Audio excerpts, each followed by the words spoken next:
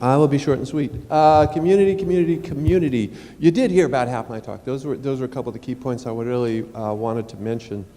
One of the topics that I'd like to sort of hit before I really dig in is one that's been kind of mentioned a couple times in the last day or so, which is trust. And I think that for a community to thrive, you absolutely have to have that level of trust, and that was one of the things. One of the things that I'm very proud of was my work on The Sims at EA. And when I came in, the community was not happy. The community saw EA as basically a large corporation that just wanted their money, was trying to market stuff to them all the time, and basically did not have their interests at heart. All of which was pretty much true. So what we did was pay attention to what they were saying, respect what they wanted. Primarily, there were some game problems that needed addressing, so we paid attention to that. We cut down the amount of marketing that was happening to them, respecting their time. I think one of the things that was most important was, one of the things that was beautiful about The Sims was that a lot of the team had been there forever and they loved the game as much as the community did. So what we did was we took those people and we put them front and center in the forums and in the social media so that the connection that happened for the community wasn't the corporation, it was the people. It was so-and-so who was helping resolve their bugs. It was so-and-so who had been working on this project or that add-on for years. It was people that they appreciated and could connect with. And that's what it's all about. It's all about connection. It's all about trust.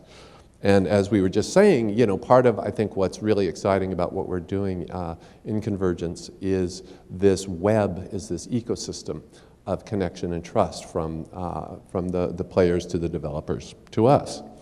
And it's my role to set that up and guide it, and it's gonna be a roller coaster.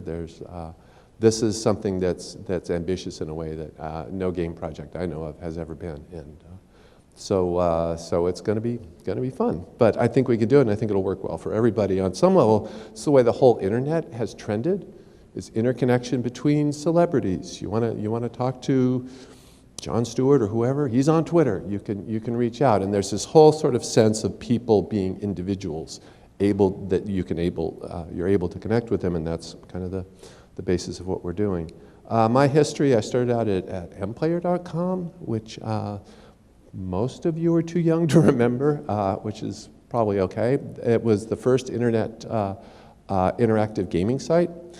At the time, nobody actually played games with each other. They all played against the computer, and what we would do is we would take single-player games, we would port them, we would create multiplayer versions with our own engineering team, because they didn't do that back then. Let's see, but I learned a lot starting there.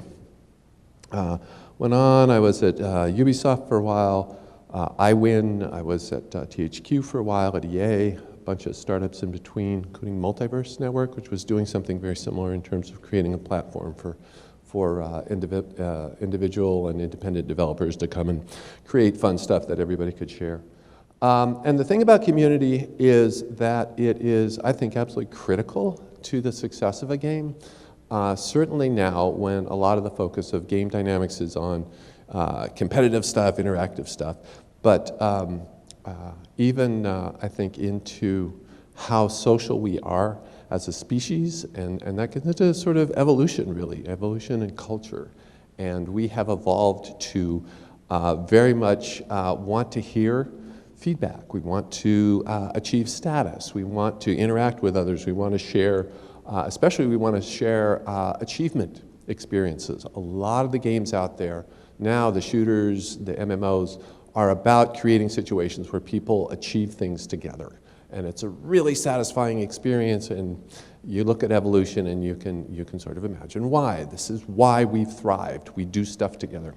So my role in community is to create the system and to manage that system so that people thrive in the various roles that they're looking for. to create clear pathways so how they can be successful, to create clear systems so that their success leads other people to be successful, leads to new content creation, leads to the creation of supplementary experiences like, information about, the history of this game aspect, or how to beat that boss, or any of those sort of ancillary things. One of the things that people did at The Sims, they created a fashion magazine. This was on Sims 3. It was beautiful too. So you'd have these modelers who would create the latest fashions. You'd have modelers who would create models to model the fashions. And then you had a crew who put together this whole bloody beautiful magazine about these Sims fashions and then published it for everybody else. So it's my role to sort of nurture that stuff from the developers on up. Certainly the tokens, as I mentioned before, the tokens make it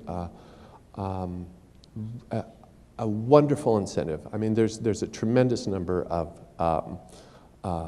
indie developers. Have y'all looked at Minecraft at all? Minecraft for the kids is an absolutely beautiful sort of engineering education system, really. And if you stick with it long enough, what you get are the mod sites and the public multiplayer sites that people have created using the Minecraft platform. Where do they go from there? Well, I've got some ideas. Creating a system, creating a platform that will enable people to come in, independent developers, content creators, engineers, and plug in and create content that they can share and bring others to is going to be just, I think, tremendously popular and successful. Okay, one last little bit. I want to talk a little bit about managing expectations. A lot of what I learned, or a lot of what sparked my understanding of community, I learned from being involved with the Burning Man project.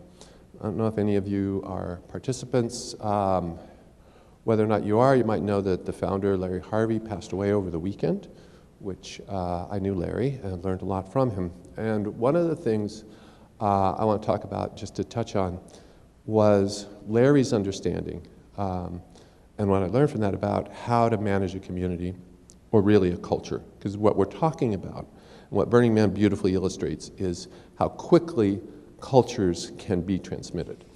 And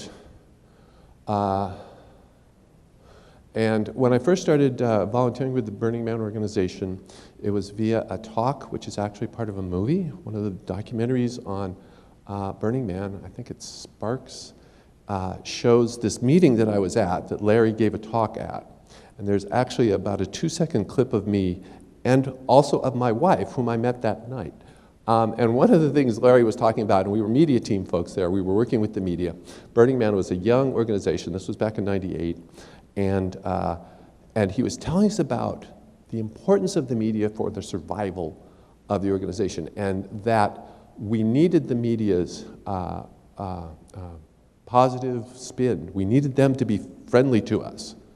And the way to do that was to take them out of their role. So the role that they came in, the journalists would come in and they'd have their khakis on and their belts with all the gear and the batteries and whatever in their hats, and they'd been all over the world, and they were jaded and completely sort of immune to any sort of personal experience. They were doing their job, they were being journalists. So when they came in to register at Media Mecca, what we would do, we had a whole rack of costumes. Tutus, feather boas were still okay back there, lots of sequins, hats, all sorts of wacky stuff. And we would say, no, you're boring, here, try this on. And we would get them to start breaking down that expectation of what they were supposed to do, the cultural perspective that they had. And then a day later, sure enough, they'd come back, and they no longer had the shirts on, and they probably had the shorts, but they still had the feather boa, and they had clearly, completely gone native, right? So 2 things here. One, they had adopted the culture that fast. And that's one of the things that you can learn from places like Burning Man. Culture is transmitted really, really quickly, and we're really good at adopting it. So one of the things I can do in community is create cultural expectations that are clearly communicated, that enable people to see a pathway for them to be successful. Note, that pathway for them to be successful is going to help us make successful too. That's part of my role, is to figure those little pathways. Second piece is that to be able to, let's see, to be able to transmit a message. If you turn around, you can shape expectations by shaping the messaging that goes out. And by creating those experiences for the journalists, what Larry was doing was shaping the expectations of everybody who came to the event, because they would talk about what a wonderful ecstatic time they had, how friendly everybody was, how profound it was, how wonderful it was to be out in the desert, to be self-reliant, all those things. So the people coming to the event had that as their primer. So those are the kinds of experiences they looked for. And those are the kinds of experiences that were replicated. And my last little point on this, when I started going, there were 12,000 people. It started out a lot smaller than that. Last year, there were, I think, upwards of 70,000. But the people I talked to who had gone, after all that growth, after all that time, had the same kind of transformative experience that I had had. Came back raving about it, and I'm sure you've all got friends who do this, say, no, you gotta go, this is tremendous, and you say, no, yeah, it's so dusty, man, and you're right, it is. But the upshot is that that experience is still happening because he created cultural expectations which are still being manifest, right? So it's very possible to do. Culture is something you can play with, and by creating the right expectations, you can help people have a really good experience. So that's what I'm gonna do. I'll throw in one last little piece. All of this talk about ecosystems, the convergence goal, our platform, is going to be breathtakingly beautiful in terms of the number of sort of ecosystems that are going to interconnect and interlap. Having game experiences that you can do on your tablet or your handheld that then go into a virtual world, then go into a theme park. I mean, the interconnection offers tremendous possibilities for all sorts of really rich and fun experiences that nobody's done before. So we've definitely got our work cut out for us, but it's going to be really amazing stuff, and I'm very much looking forward to it. Do we have time for questions, Jay? That'll be a no then. All right, grab me if you have one, and thanks very much.